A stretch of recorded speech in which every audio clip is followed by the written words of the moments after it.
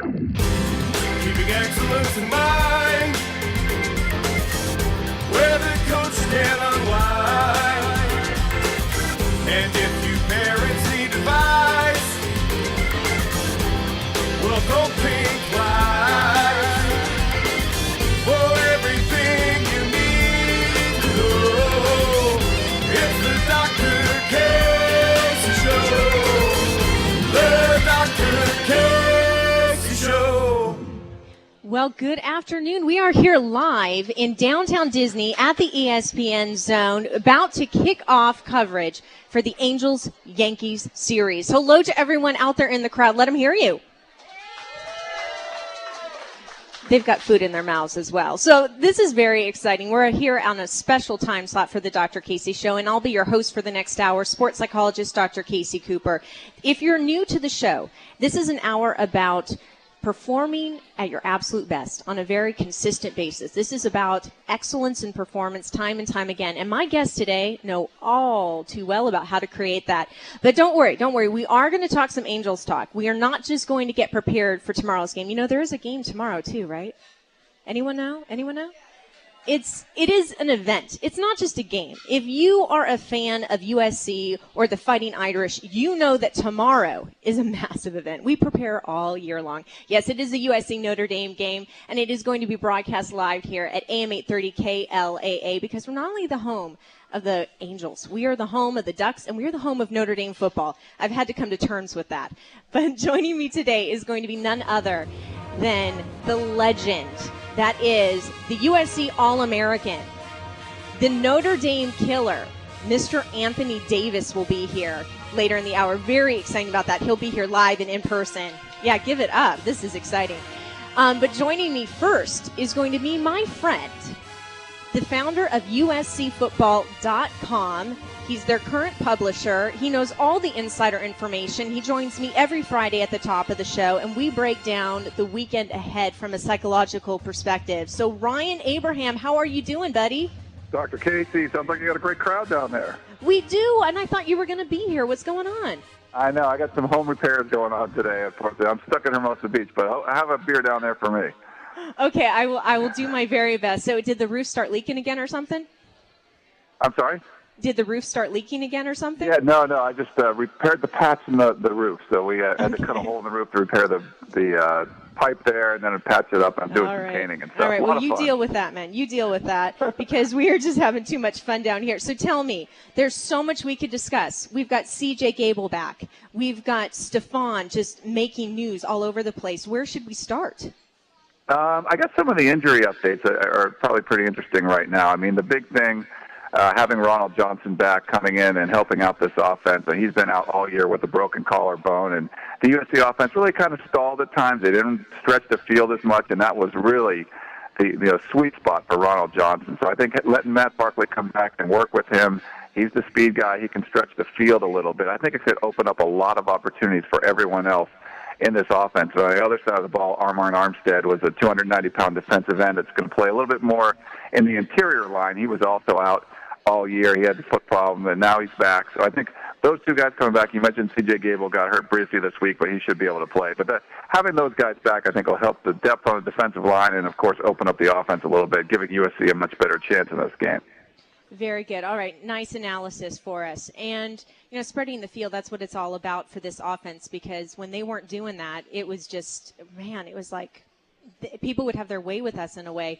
How is Dimples doing? Do you have someone out there in South Bend? Oh, for those of you new, we have permission from one of my new favorite leaders of the team, Matt Barkley. He's known as Dimples on the Dr. Casey Show. And don't worry, we asked for permission. How is Dimples doing? He's doing all right. They had a little walkthrough in Indiana. They're staying in Michigan City, Indiana this morning, and they're doing a walkthrough, I think right now, actually, in South Bend, where they get to check out the grass of the field, make sure it's not, 8 inches high like it was a few years back. But yeah, he's doing all right. I think the good thing with him is the chemistry he's been building with a lot of the other players. And even Ronald Johnson, who's been out all year, he got to work with him a lot over the spring and the summer. So I think the confidence is built. And like you said, they didn't open up the offense as much. Some of that was by design. They probably were conservative to a fault. But now that they've opened up the playbook more and they've scored some more points against Cal, I think you're going to see a lot more exciting USC offense from here on out. Yeah, and talk about getting excited. You know, I just saw on the blogs and saw widely covered the press conference where Stephon Johnson was released after only 16 days from the hospital after that freak accident. But he made a visit to the team Thursday morning. How emotional was that for everyone? That was a big deal. I mean, that was a team meeting, so there was no media present, but the USC cameras were rolling. They wanted to catch that, on there. And Pete Carroll was kind of joking around with the team, and here comes Stephon Johnson, who, still has that trach tube in his throat, and he can't talk, but he's bounding around and jumping around like just like he's playing. So the fact that he had that much energy, and just 2 weeks before, the doctors said they couldn't believe he survived the ride to the hospital, let alone just the accident itself. So the fact that 2 weeks later he's in there jumping into a meeting, even though he can't talk, he was bouncing around, looked like the Stephon everybody knew. Right. And I have to give the emotional edge and advantage to USC psychologically going into this game for that reason. I mean, this isn't, like I said, it's an event. You're going to be up for the Notre Dame game no matter what if you're a USC Trojan. But to have that visit right before you get on the plane to go, that's all that was needed to push it, I think, over the edge. Yeah, and I think the players are in really high spirits because of Stephon, and they're wearing little stickers that say "Stuff Fight On" the back of their helmet with the number 13. But they know Notre Dame's going to be really pumped for this game. I mean, Notre Dame needs this game for the national reputation they're building, and they want to climb up the charts. They want to try to make a BCS bowl and maybe even make the national championship. Let Jimmy Clausen make a run at the Heisman, but they know there's no way those things can happen unless they beat USC. It's the biggest game on their schedule, the most marquee game. And if they lay an egg and they lose, they've lost 7 in a row to USC, they lose again, another one by 15, 20 points or something, it's just going to be hard for some of the national media to take them seriously. Yeah, it's difficult for me a little bit. Last year, when it was a home game out here on the West Coast, I had the opportunity to watch the game from a very unique vantage point. I was down on the field and roaming around watching the interaction on both sidelines. And something that I just couldn't help myself was Charlie, their coach, the aura he gives off. I can't think of another word. Forgive me.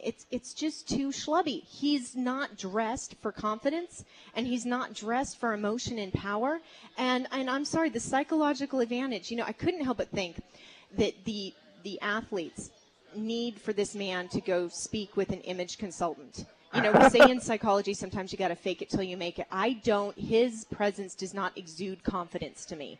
And it was painful to watch almost from very beginning to end, and I mean, is anybody else talking about that? I mean, how much confidence can these guys have in their coach when he doesn't exude confidence himself? I think schlubby is a very good word to use. I don't know if it exists, but it's good. I like that. I'll have it's to look in the up Yiddish dictionary. Don't worry. I think it's good. No, but it's different. I mean, there's different ways to skin a cat, obviously. And Pete Carroll and Charlie Weiss they're on the opposite ends of the spectrum as far as what, Pete Carroll's got that youthful exuberance. He's out there throwing passes in practice and, testing the defensive backs with his arm. And, obviously Charlie Weiss, that's not really something he's physically capable of doing, so he's not involved in that way. But he has more of an NFL approach. And I think you can win, in different ways. I think when you're dealing with young kids, and psychologically, I think you have to, they're younger mentally, and they seem to respond better to a coach that's a little more, excitable and stuff. And Pete Carroll definitely is that. But you got a guy like Nick Saban, who's not the most friendly guy in the world. He's younger, and he's more athletic and stuff, obviously, than Charlie Weiss.